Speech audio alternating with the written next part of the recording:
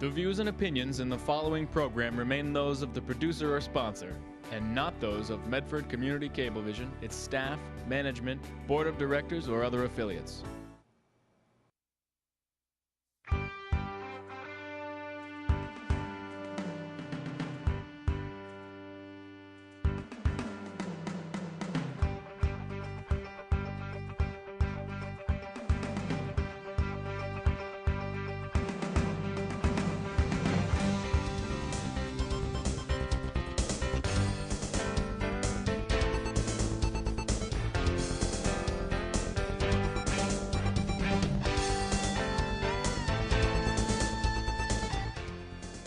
Hi, welcome to Medford Cable News. I'm Jamie Martell. And I'm Heidi Walsh, filling in for Wanda Suduko. These are this week's top stories in Medford. Election 2011 is over and your votes have been counted on November 8th. While Michael McGlynn stands with yet another victory, winning the mayoral race against Anthony D'Antonio, Medford sees some changes to the Medford School Committee and City Council. With more on the November 8th election coverage is Heidi Walsh.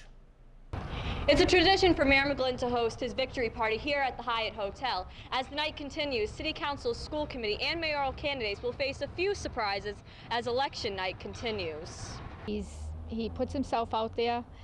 He graduated from school years ago, and he has passion. His passion for this is unbelievable. Public picketers and a collaborative display of signs across the city showcase the voices of over 8,000 voters who publicly advocated their support for a variety of candidates. But I think people should get involved and get behind the people that do a good job and that you want in your cities and towns, and go out and work for them. Tabulated results from both the Hyatt and Medford City Hall revealed changes of face as businessman Rick Caraviello took third for the Medford City Council, leaving first-termer Mark Arena 35 votes short of a win. And newcomer Aaron DiBenedetto, along with Robert Skerry, beat two first-time incumbents to the pleasure of some hard-working volunteers. I know him to be a committed individual, so I just like to lend my support and come out for Bob.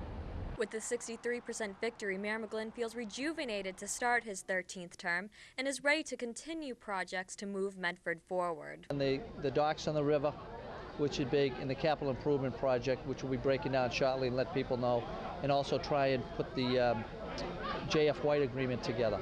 Although voter turnout remains statistically still from 2009, the 26% of residential voters and volunteers sent a message of change and, in some cases, loyalty. Go Rick, good luck honey, I'm behind you 110%. For Medford Cable News, I'm Heidi Walsh. Red Line service on the MBTA between Harvard Station and Alewife will be shut down until March 4, 2012 and will undergo major repairs and renovations to station railways.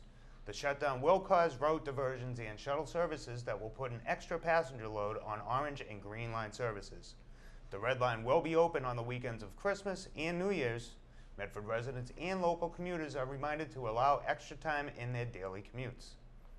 After a Medford High School student was hit by a car in October at the intersection of George and Winthrop Street, City Council has introduced two resolutions that will look into the repainting and the deteriorated crosswalks throughout Medford. Both City Council and School Committee members agreed this is a matter of public safety that must be addressed. Mayor McGlynn and State Rep Paul Donato sent their concerns to Mass DOT after the proposed rerouting of hazmat trucks onto I-93 and Route 128 through Medford was issued. DOT proposed this change after a fiery hazmat trucking accident on Route 1 in Saugus took place back in July. Donato says the local delegation is doing everything in its power to prevent the rerouting through Medford with safety as a prime concern. The Mass DOT has not yet issued a response.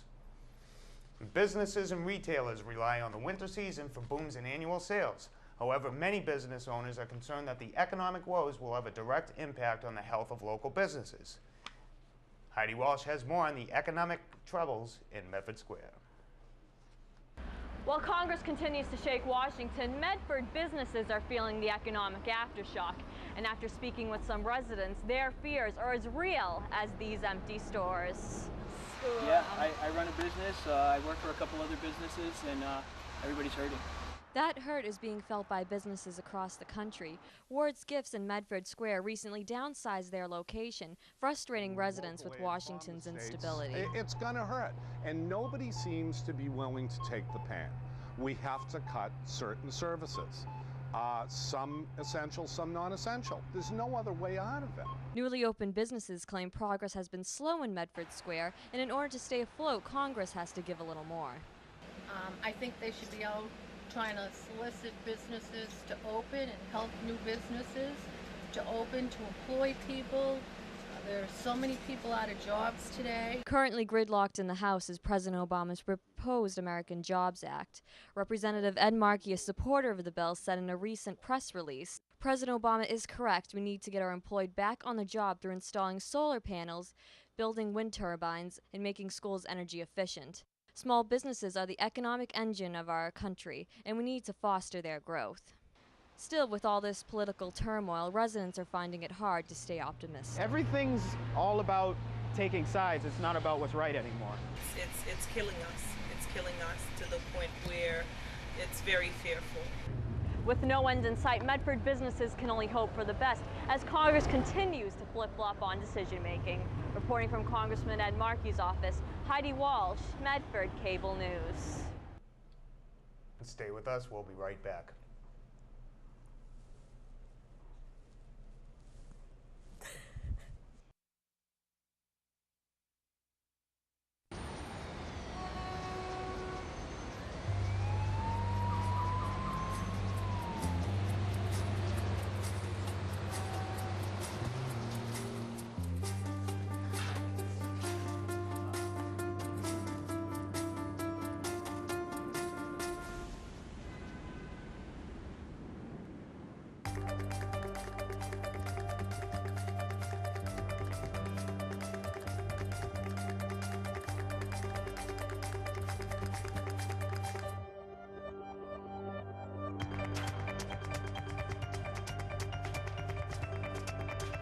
Big dreams and good grades aren't enough to get into college. There are actual steps you need to take. Finding someone who can help is the first and most important. For the next steps, go to knowhowtogo.org. Any questions? No. You know. We're not magicians, we can't read your mind. We answer questions, each and every kind. What are the side effects, doctor, doctor? How many times have you done this before? Questions are the answer. Will this react with my other medicine? Hey, what are all these tests even for?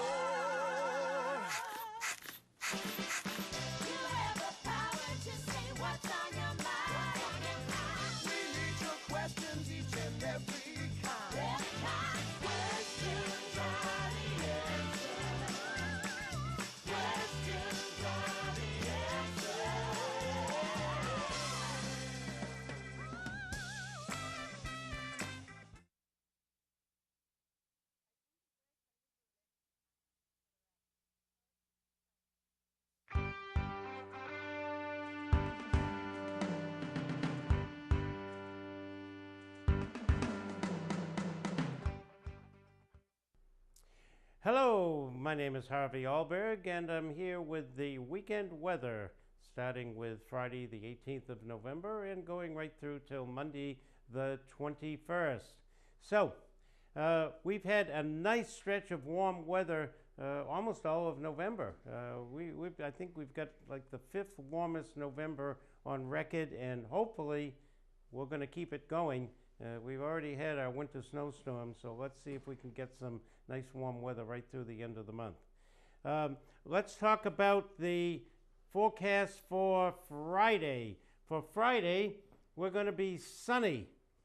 The high is going to be about 48. It's going to be cool. It's going to start off around 32, and if you're going out, you're going to need a jacket for the school kids. Dress them warm. It's not going to warm up all that much on Friday. As we go into the weekend, Saturday it'll be partly cloudy. Going to start to warm up a little bit. Might be up in the upper 50s, but remember it's going to start off cold. If you're going to a high school football game in the afternoon, it should be very, very nice. Sunday, we're going to get even warmer, up to 60, could be 65. Going to be a beautiful day, and it's going to be a weekend that you're going to remember. Hopefully, it won't be the last beautiful weekend of the year, but it could very well be before winter starts to set in. So, let's talk about Harvey's hip facts. And the question is, what is the storm track benchmark? Well, what it really is technically is 40 degrees latitude north and 70 degrees latitude west. Now, what the heck does that mean? For people out there, you know, what's the benchmark? It's approximately 100 miles southeast of Montauk Point. Montauk Point is the farthest east point on Long Island. If you drew a line north of Montauk Point, you would be just about the Rhode Island-Connecticut border. Kept going up, you'd be around Worcester. Draw a line southeast, about 100 miles. That's the benchmark. Any snowstorm that comes up in that benchmark, sometimes forecasters call it the sweet spot. If it comes up in that area, you can get ready for a snowstorm. So if you're a snow lover, you watch. They'll talk about benchmark, sweet spot, and that's where it has to be, because you don't want the winds coming in from the east. You want them coming in from the northeast or the north to keep the cold air in and keep the snow. So that's what a benchmark is on a storm, particularly a snowstorm. Now let's take a look at the 4-day forecast. Saturday, nice, 58. Sunday, beautiful, 60 to 65. We're going to have a little cold front come through late Sunday, maybe early Monday, but it's very starved for moisture. So I don't see any real problem with rain showers. And then on Tuesday, it's going to be cool, about typical for this time of year. I wouldn't worry about it. Thanksgiving's a little bit too far out for us to forecast right now, but hopefully it'll be nice. Whatever it is, I wish everybody a wonderful, happy Thanksgiving. Have a great holiday. I'm Harvey Alberg. That's your weather. Thanks, Harvey. With movements like Occupy Wall Street, people are reminded of the principles and ideals of this country in defending one's rights and opinions. In the studio today, we have former 1988 presidential candidate Florenzo Di Donato, who says he might just run for president again. Thanks, Jamie. That's right. I'm here with Florenzo Di Donato here, who has in the past run for president in 1988. He's also an innovative thinker, inventor, entrepreneur, a bunch of things that people may or may not know about, but he's an example of really the American dream in that you have the right to pursue your dreams and your thoughts. And tell us a little bit about why would you run again for president this year? Well, everybody should have honest consideration from their party. I had no consideration at all from my party. I've always been a Democrat. I'm living in a house where we have Democrats, Republicans, and Independents. But myself, I've always been a Democrat at heart, and the Democrat Party actually refused my candidacy by not allowing me to partake in the debates. No, the debates I could have been in. The primaries? No. The convention. All the conventions, the Democratic conventions back in '88. In '88, right. And Chip O'Neill, because I ran against him back in '86 and '84, had spoiled my entrance into the party as a good Democrat. Because I refused to take him up on his offer. He offered me a job back then of $38,000 a year, which back then was like getting $75,000 to $85,000 a year today. But I refused it, and because I refused it, he says, "No, you're not going to be in politics." Wow. And And that's a He's sad. He's a it's good sad. old man. I liked Tip. I really did like Tip because he was a good Democrat. It's sad when it comes down to if you don't have the money to run, then you're at the disadvantage. But that's how it is, and but you can still be the person, the little guy with no money, and still have the big voice. And you're somebody with a big voice. Tell us a little bit about what you would do to fix the number one issues here in America today. To fix them. Fix it. Number one issue in America today. Well, I don't want to repeat, so... How about the economy? People are concerned mostly about the economy. That affects everyone day to day. What would you do to fix the economy in the United States? I would make sure that we don't elect a Republican in there. We put a Democrat in there somehow, whether he's upside down or whatever way. Yeah. But that's wrong. They seem to block out the average guy from getting into the politics. And that is wrong.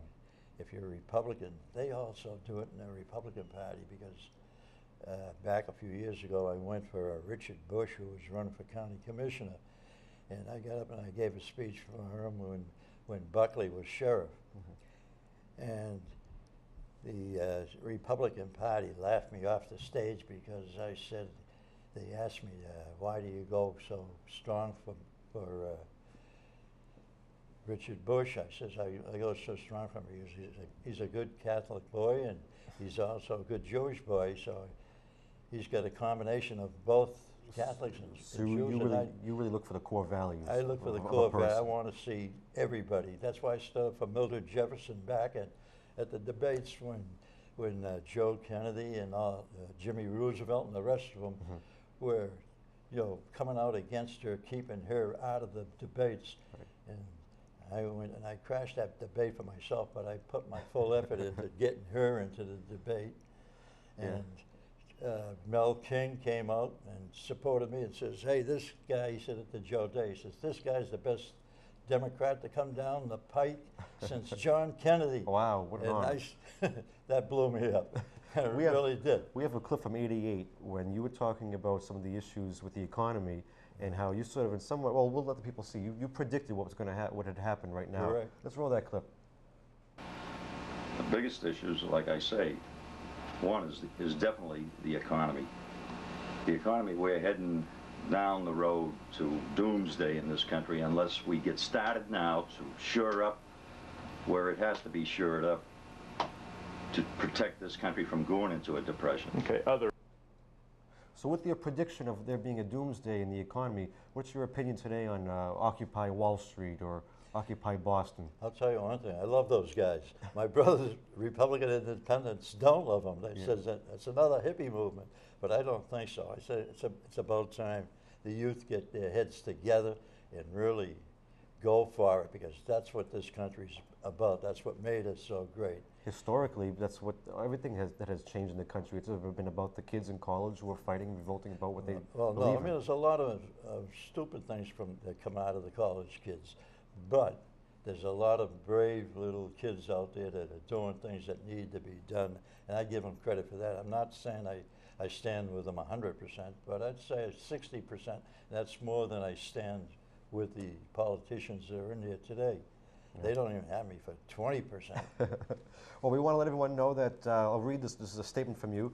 Wanted concerned Democrats and independents who still believe in liberty and justice here in America join the team and help Florenzo DiDonato secure a ballot position for this upcoming election.